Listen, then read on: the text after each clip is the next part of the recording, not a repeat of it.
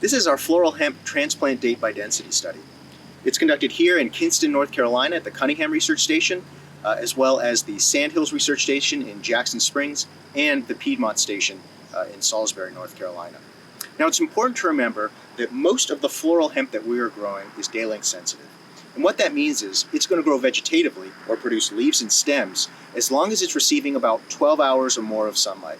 Once the days shorten or the nights lengthen, the plant's going to stop growing vegetatively and it's going to start to grow and produce flowers.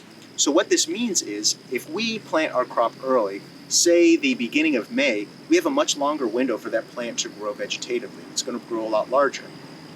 Conversely, if we were to wait, say to about the end of June or early July, we have a shorter window for that plant to grow vegetatively before it flowers. So the final size of that plant at harvest is going to be much smaller. And so in this trial, we've been using the cultivar Bayox coming from Triangle Hemp, and we've been planting this since about the beginning of May, every 2 weeks, up until about early to mid-July. Now, at every one of those planting dates, we also have different plant spacings. We space at either 3, 4, 5, or 6 feet between plants. And the overall goal here is to be able to give good recommendations in terms of what spacing we utilize depending on when we plant. For example, these plants over here were transplanted in early to mid-May. And as you can see, they're pretty large. These plants over here were transplanted towards the end of June, and they're a lot smaller.